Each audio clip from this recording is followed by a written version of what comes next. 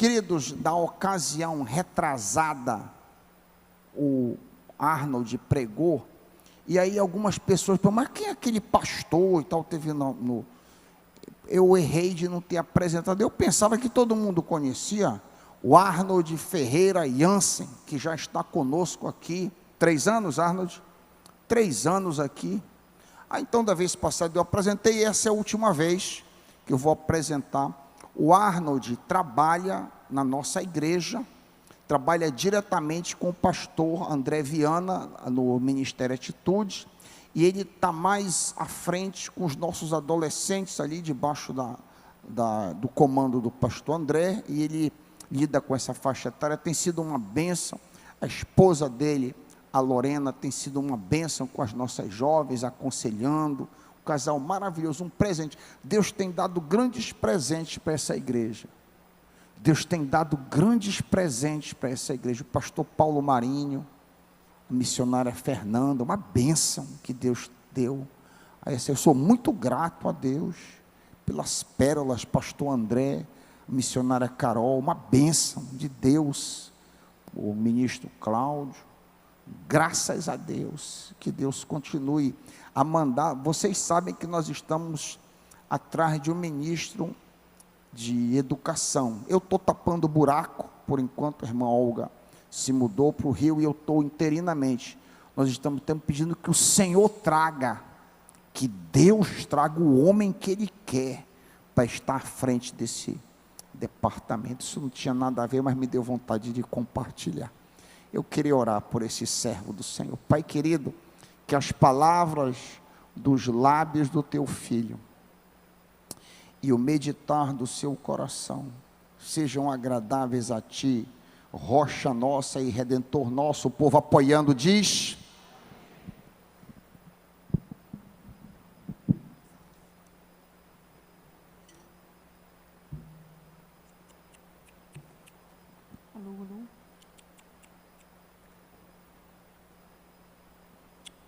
amém, meus irmãos. Graça e paz de Cristo a todos.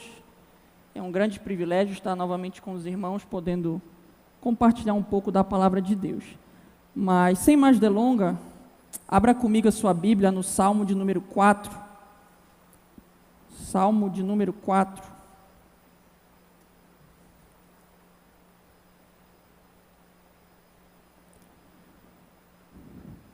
Salmo de número 4 diz o seguinte, leio na NVI: responde-me quando clamo, ó Deus que me fazes justiça, dá-me alívio da minha angústia, tem misericórdia de mim e ouve a minha oração.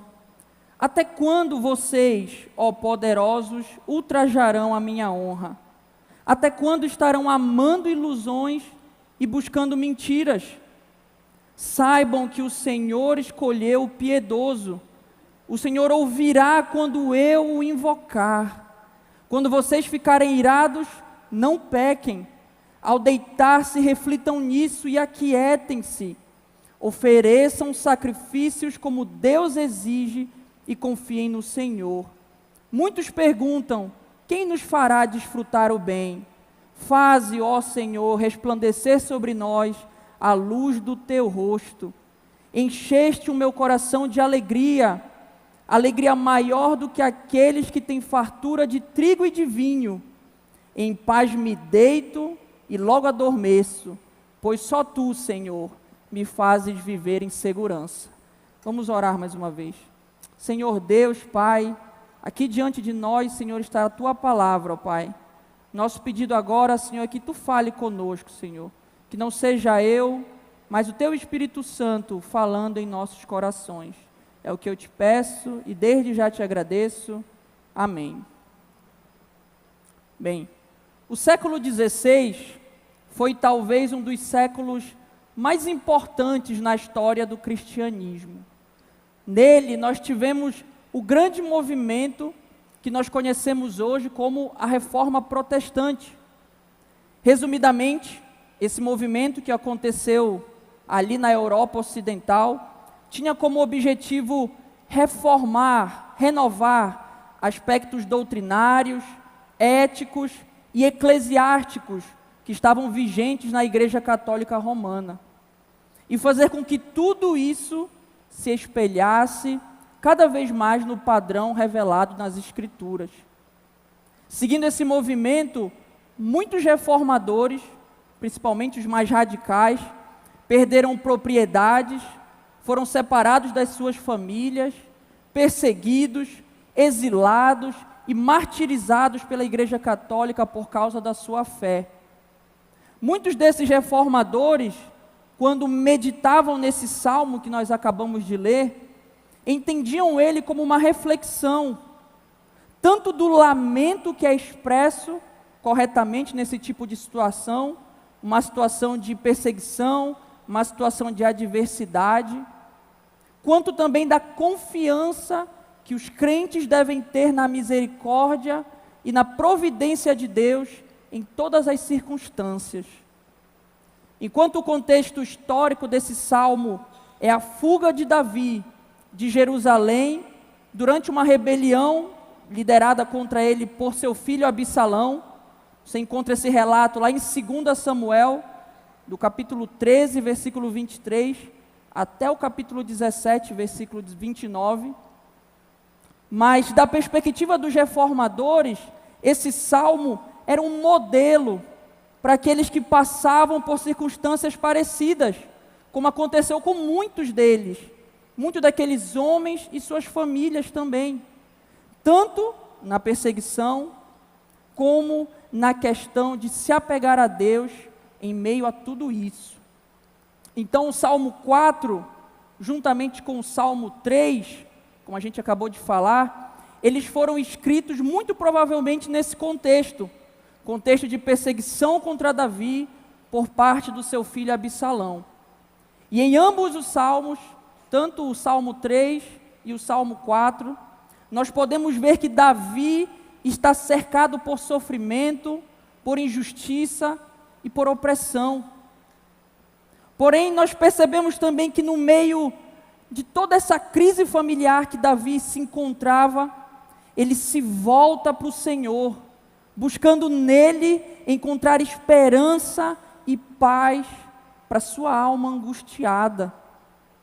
Davi nos mostra que entendeu que apesar de toda aquela situação adversa, aquilo ali ao seu redor, ele podia encontrar em Deus uma paz que nada mais poderia lhe trazer. Então nessa noite, nós veremos mais a fundo o que esse salmo de lamento e esperança pode nos ensinar sobre o caráter do nosso Deus e como é necessário termos a nossa confiança, apesar das circunstâncias, firmadas nele. Então o primeiro ponto que eu gostaria de considerar com os irmãos, está lá no verso 1, leia comigo novamente o verso de número 1, eu chamei de a oração do justo. Responde-me quando clamo, ó Deus que me fazes justiça, dá-me alívio da minha angústia, tem misericórdia de mim e ouve a minha oração. O nosso texto inicia mostrando a oração de Davi, e ali naquele momento de angústia e dor, essa oração que ele faz ao Senhor diante daquilo tudo. Essa oração começa, como nós podemos ler aqui, com Davi se achegando até o Senhor e pedindo para que, em primeiro lugar, Deus o escute e o responda. Logo em seguida, então, ele apela ao caráter justo de Deus. Davi diz novamente: responde-me quando clamo, ó Deus que me fazes justiça. Ou então na Ara, para você que acompanha, responde-me quando clamo, ó Deus da minha justiça. Quando o salmista se refere a Deus como Deus da minha justiça, ele está mostrando que a base, o fundamento para a intervenção divina que ele está pedindo, reside em Deus e não nele mesmo. Podemos entender essa expressão como significando a mesma coisa que Deus, o defensor dos meus direitos. Ou seja, Davi, em sua oração, está apelando ao seu Deus justo, o Deus que faz o que é certo e que guarda a sua palavra pactual. Passando por essa rebelião e injustiça que estava sofrendo, Davi se agarra a Deus, que é mais do que justo. Ele é a própria justiça, e que por causa do seu caráter imutável, fará com que a sua justiça triunfe, mesmo que ainda momentaneamente tudo esteja caindo ao nosso redor. Diante de toda essa segurança que Davi tem ao contemplar o caráter maravilhoso e justo de Deus, ele pode confiantemente pedir o que nós lemos na continuação do texto: dá-me alívio da minha angústia, tem misericórdia de mim e ouve a minha oração. Ou podemos ler numa tradução um pouco mais clara, como a NVT: livra-me de minha angústia, tem compaixão de mim e ouve a minha oração. Vemos aqui que Davi deseja que sua angústia seja aliviada e afastada para longe de si. Ao pedir esse alívio, ao pedir por misericórdia e para que a sua oração seja ouvida, Davi não está orando como se fosse alguém que nunca tivesse experimentado isso. Muito pelo contrário, esse homem, de certo modo, já havia experimentado o que era ser perseguido e o que era encontrar confiança em Deus em meio à perseguição, como o exemplo quando Saul persegue Davi. Por isso podemos entender que o que Davi faz aqui nesse início da sua oração não é pedir algo que nunca teve, mas é lembrar daquilo que já experimentou para ter confiança que pode experimentar outra vez. Como comenta João Calvino sobre esse texto, abre aspas, Davi menciona os benefícios que anteriormente recebera e experimentara de Deus, e pelos quais agora pode se fortalecer contra tudo aquilo pelo qual estava passando e esperar recebê-los novamente. Fecha aspas. Davi já tinha experimentado ter suas angústias aliviadas.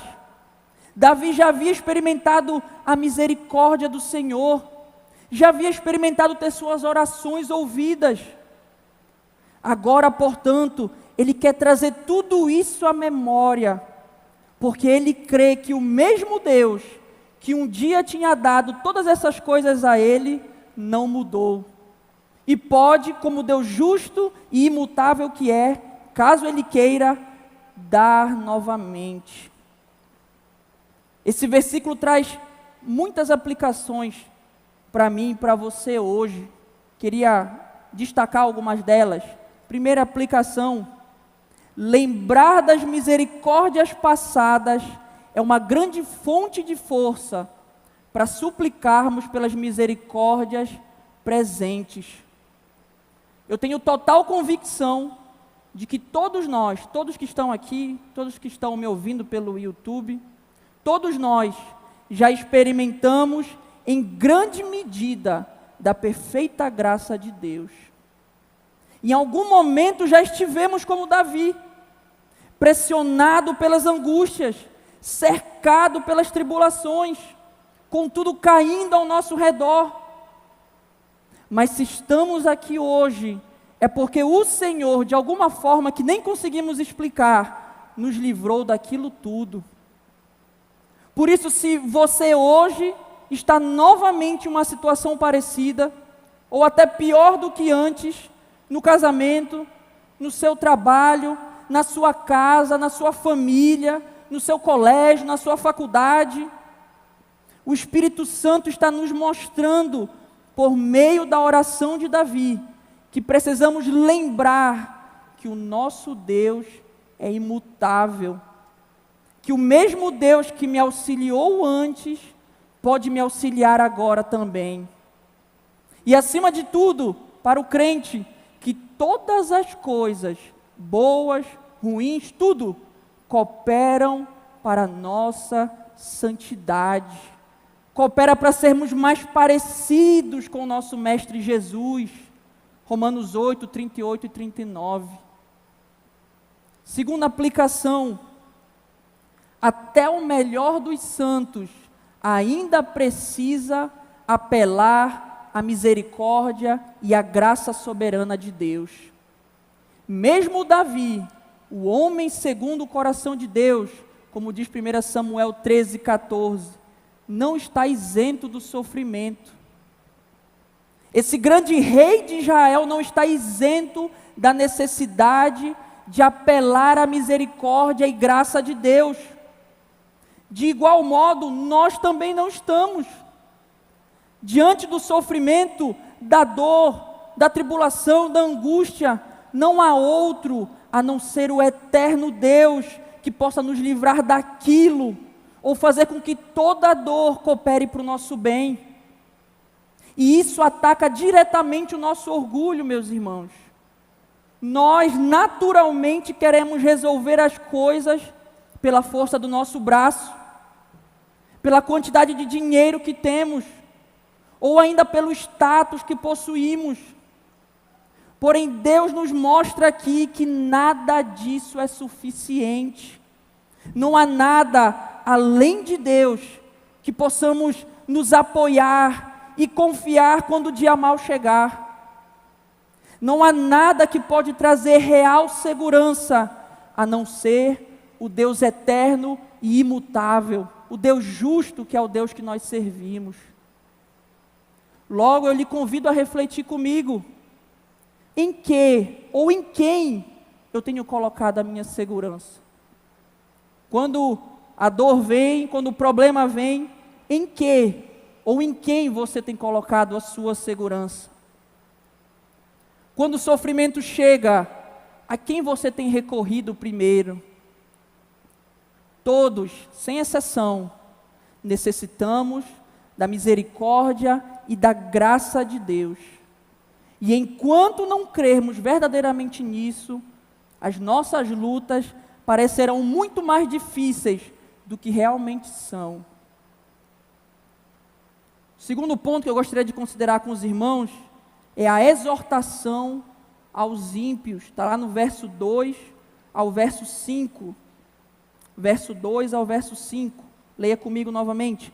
Até quando vocês, ó poderosos, ultrajarão a minha honra? Até quando estarão amando as ilusões e buscando mentiras?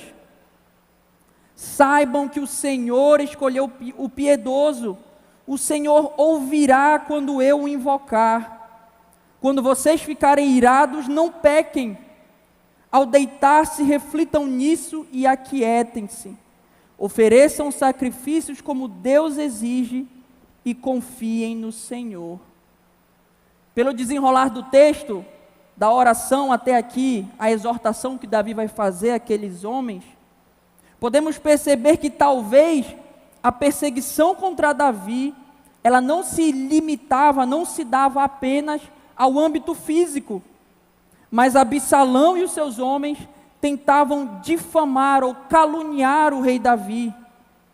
Esses críticos severos tentavam arrastar o nome do rei de Israel para a lama, na tentativa de acabar com seu caráter, de manchar sua reputação, com acusações infundadas e mentiras. Entretanto, fazer isso contra o rei instituído por Deus era ir contra, em última instância, ir contra o próprio Deus. Então Davi, a partir aqui do verso 2, ele vai começar a exortar aqueles homens que o estão perseguindo. Então assim vemos no verso 2, que Davi questiona aqueles homens, até quando eles estariam ultrajando a sua honra, como diz aqui o nosso texto. A ideia aqui, porém, não é que Davi está tendo a sua própria glória, como rei de Israel, ferida.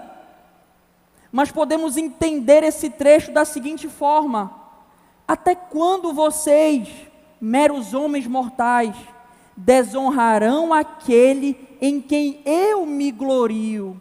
Até quando vocês desonrarão a Deus? Nessa mesma linha, a continuação do verso 2 deixa essa ideia bem mais clara quando há o questionamento: até quando vocês estarão amando ilusões e buscando mentiras? Ou até quando vocês estarão buscando deuses falsos? Até quando, Davi pergunta, até quando essa fúria insensata desses homens contra eles e contra Deus também continuaria? E em seguida, aqui no verso 3, vemos que Davi também lembra aqueles homens que esses esforços para o derrubar são em vão, porque Deus está ao lado dele. Ele diz: saibam que o Senhor escolheu o piedoso, o Senhor ouvirá quando eu o invocar. Ou ainda, como a Almeida Revista e Corrigida traduz: sabei, pois, que o Senhor separou para si aquele que lhe é querido, o Senhor ouvirá quando eu clamar a Ele. Resumindo, Davi está exortando aqueles homens, acima de tudo, por causa das suas atitudes contra o Senhor.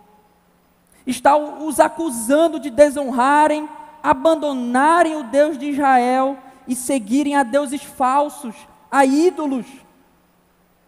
Consequentemente, Davi é que não se gloria na sua própria força, nas suas riquezas ou no seu exército, mas porque for escolhido por Deus, ele deixa claro que as inúmeras tentativas dos seus inimigos contra ele seriam sem sucesso. E aqueles inimigos iriam descobrir pessoalmente que Deus, cujo poder não se pode resistir, era contra eles, e ao mesmo tempo a favor de Davi, pois ele foi de novo separado, escolhido por Deus. Ele foi ungido por Deus para ser rei de Israel, e apenas Deus o tiraria daquele cargo, daquele posto. Novamente, João Calvino, quando ele comenta esse salmo, ele faz uma aplicação muito bela. Ele diz, abre aspas: Davi concluiu que seria ouvido por Deus na mesma proporção que o chamasse. Deus prova a sua fidelidade principalmente nisto, no fato de não abandonar a obra de suas próprias mãos e defender continuamente aqueles a quem já concedeu o seu favor. Desse modo, somos ensinados a seguir nosso caminho sem medo, pois tudo que tenhamos realizado de acordo com a sua vontade não terá sido em vão, ineficaz. Fecha aspas. Seguindo no verso 4, então, vemos agora Davi exortando os seus inimigos a considerarem os seus pecados e a se arrependerem. Interessante é notar que, apesar de que esses homens estavam contra ele, o desejo de Davi era que esses homens chegassem ao arrependimento. O verbo hebraico, traduzido aqui por irados, na NVI, ou irai-vos, aí na Ara, comunica a ideia de tremor, no sentido de uma perturbação mental. Por isso, a paráfrase que a NTLH faz desse texto deixa a ideia muito clara. Ela diz: tremam de medo e parem de pecar. Sozinhos e quietos nos seus quartos, examinem a sua própria consciência. Em outras palavras, Davi quer que os seus inimigos estejam profundamente comovidos diante de Deus e que não continuem em seus pecados. Antes, atentem para os seus atos e na quietude da noite reflitam bem sobre aqueles caminhos, aquelas atitudes que eles estavam tomando e como estavam se opondo ao próprio Deus. O apóstolo Paulo usa esse verso 4 quando está falando sobre o correto procedimento daqueles que foram alcançados, transformados por Cristo, lá em Efésios capítulo 4, versículo 26. Acompanhe comigo Efésios capítulo 4, versículo 26. Paulo diz: irai-vos e não pequeis. Não se ponha o sol sobre a vossa ira. Nesse texto, Paulo lembra os cristãos de que é certo somente irar-se pelas coisas de Deus, mas não pelas minhas próprias coisas. E mesmo diante dessa ira justa, ainda devemos ter cuidado para não pecar, porque o nosso coração é enganoso. No Salmo 4, Davi está mostrando que deseja que aqueles homens, diante da ira deles, não permitam que aquela ira se traduza em atos de violência, em atos de pecado. Mas como vemos no versículo 5, quer que eles se arrependam, que ofereçam sacrifícios como Deus exige e confiem no Senhor. Com um ímpeto evangelístico audacioso, Davi chama aqueles perversos a confiarem no Senhor, a combinarem a fé no Senhor e a justiça na prática. Porém, só quem confia no Senhor pode agir dessa forma. Aqueles homens, aqueles perseguidores, só poderiam apresentar sacrifícios justos a Deus, ou como Deus exige, se em primeiro lugar o seu coração mudasse e eles realmente, verdadeiramente confiassem em Deus. Esse trecho traz algumas aplicações valiosas para a gente. Primeira, a atitude dos opositores de Davi demonstra bem como é a nossa natureza caída. Assim como aqueles homens, aqueles perseguidores, o homem natural, o homem sem Cristo, vive desonrando o Senhor, leva uma vida guiada por ilusões e busca satisfazer continuamente as vaidades do seu próprio coração enganoso. Talvez eu falando isso, descrevendo essas características do homem natural, você tenha se enxergado nisso. Você tenha percebido que o que você busca não é o que o Senhor quer, mas aquilo que o seu coração tem lhe levado a querer. Se for esse o caso, aqui vai um alerta. Esse caminho só tem um final possível: uma vida eterna no inferno. Porém, nessa noite eu trago boas notícias àqueles que se sentem perdidos, que entendem que não podem fazer nada. A esses a boa notícia é: Jesus Cristo pode lhe salvar. Jesus Cristo pode mudar o seu caminho de uma vida eterna no inferno para uma vida eterna ao lado do Senhor. Basta unicamente que você se arrependa dos seus pecados e confie, tenha fé que Ele pode lhe salvar. Segunda aplicação, a mensagem de salvação não depende da pessoa que recebe a mensagem. Aprendemos no texto que é o Senhor que separa, distingue, escolhe para si o piedoso. O mesmo Deus que faz isso é o Deus que comanda que todos os seus discípulos vão por todo o mundo e preguem o Evangelho a toda criatura. Marcos 16:15. Ou seja, mesmo aquela pessoa que está nos perseguindo, mesmo aquela pessoa que fala mal de nós, que nos trata mal, que planeja o nosso mal, que trama contra nós, mesmo essa pessoa deve ser alvo da pregação do Evangelho. Mesmo essa pessoa deve ser alvo do nosso desejo por arrependimento.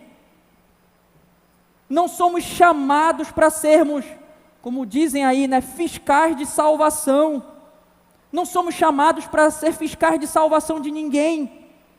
A salvação é pela graça, mediante a fé em Cristo e não por obras.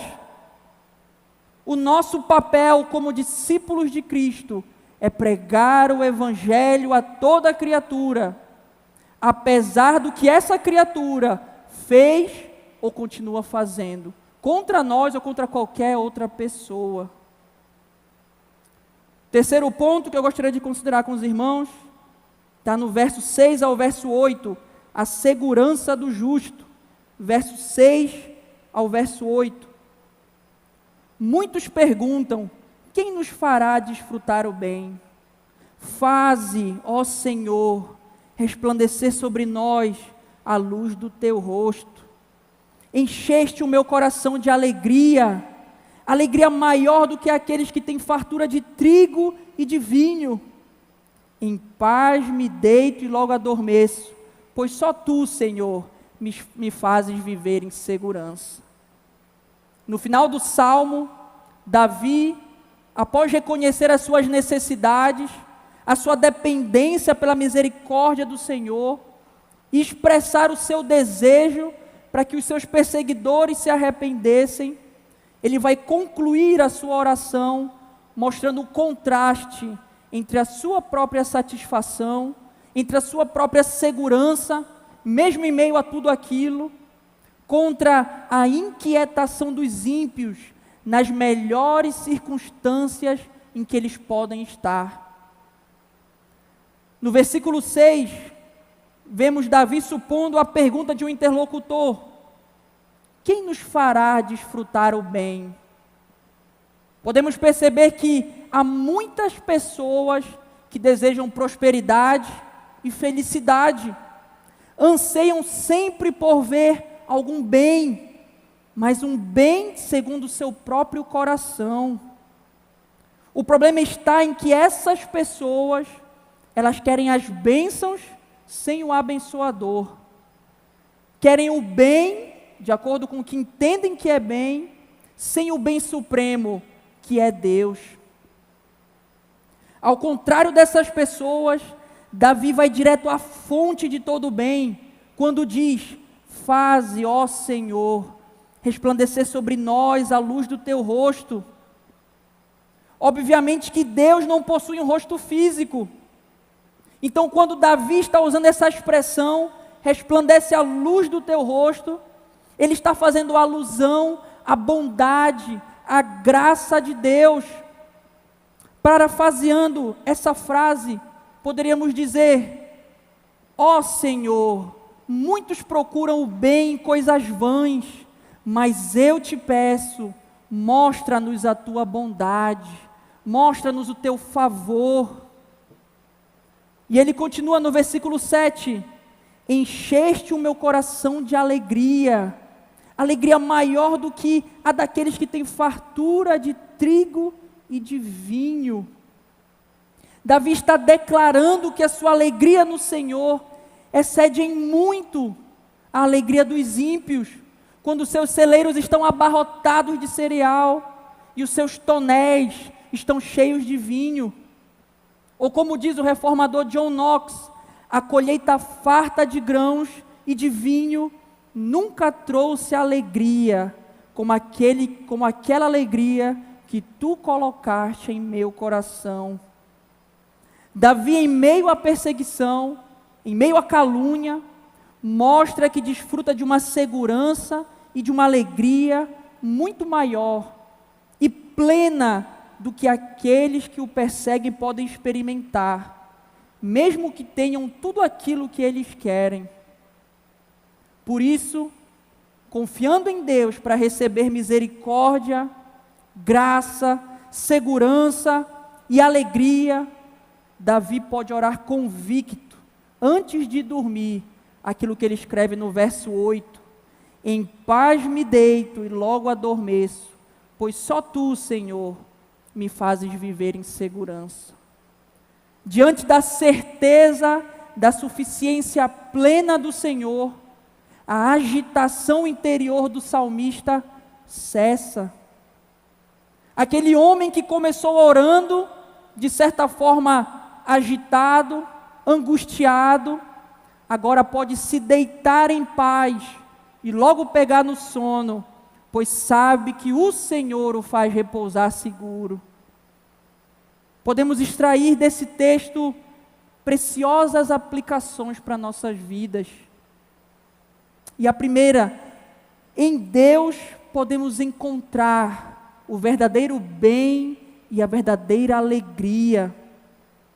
Diferente daqueles muitos que procuravam satisfação em coisas vãs e tinham a sua alegria na fartura de vinho, na fartura de trigo, podemos ter certeza que somente em um lugar é que encontraremos aquilo que preencha o vazio da nossa alma e nos dá a verdadeira alegria. E esse lugar é em Deus. Unicamente Deus pode nos satisfazer plenamente. Unicamente Deus pode te fazer satisfazer plenamente. E enquanto você viver uma vida tentando satisfazer a si mesmo, com dinheiro, mulheres, trabalho, bebida, drogas, você nunca estará em paz. Enquanto a sua alegria estiver baseada em bens materiais, uma família feliz, bons filhos, boa formação acadêmica, uma boa saúde, você não será realmente feliz. Por isso, meu convite nessa noite é para que você abandone as suas tentativas vãs e ore como Davi orou, pedindo para experimentar a real bondade de Deus e que Ele mesmo encha o teu coração de alegria. Segunda aplicação, aqueles que confiam em Deus podem descansar em paz. Como vimos, diante da certeza da suficiência plena do Senhor, a agitação interior de Davi pode cessar. Ele pode se deitar em paz e logo pegar no sono, pois sabe que o Senhor o faz repousar seguro. De igual modo, nós, crentes no Senhor, podemos experimentar a mesma segurança e a mesma paz que o salmista experimentou. Aquele que teve um encontro com Jesus, vive em paz com Deus, e a partir disso, pode experimentar também a paz de Deus, que excede todo entendimento. Lembremos as palavras de Jesus, escritas em João 14, 27. Acompanhe comigo João 14, 27. Guarde essas palavras no seu coração. Deixo-lhes a paz, a minha paz lhes dou. Não a dou como o mundo a dá. Não se perturbe o seu coração, nem tenham medo. Talvez você tenha chegado aqui nessa noite com o coração angustiado, sem saber o que fazer, ou se vai aguentar mais essa semana que vai começar amanhã. Diante dessas dúvidas todas, ou diante de outras dúvidas que podem surgir na sua mente, a minha resposta para você é: descanse no Senhor. Se você tem Cristo como seu Senhor e Salvador, clame por Ele por misericórdia. E confie que apesar de tudo, apesar das circunstâncias, Ele te faz viver em segurança. E por isso você pode descansar. Se entretanto, você ainda não tem o Senhor na sua vida, a minha exortação é para que você novamente, se arrependa dos seus pecados e entregue a sua vida a Ele o quanto antes. Não viva à mercê do seu pecado, mas busque viver uma vida transformada, uma vida em paz com Deus e experimentando a paz de Deus. Já caminhando para a conclusão, podemos afirmar que, assim como aqueles reformadores ali do século XVI, encontraram forças em Deus, diante das tribulações, da perseguição, ao analisar, ao se deleitar nesse salmo, nós, crentes em 2023, podemos fazer o mesmo. Devemos confiar em Deus no meio da nossa angústia.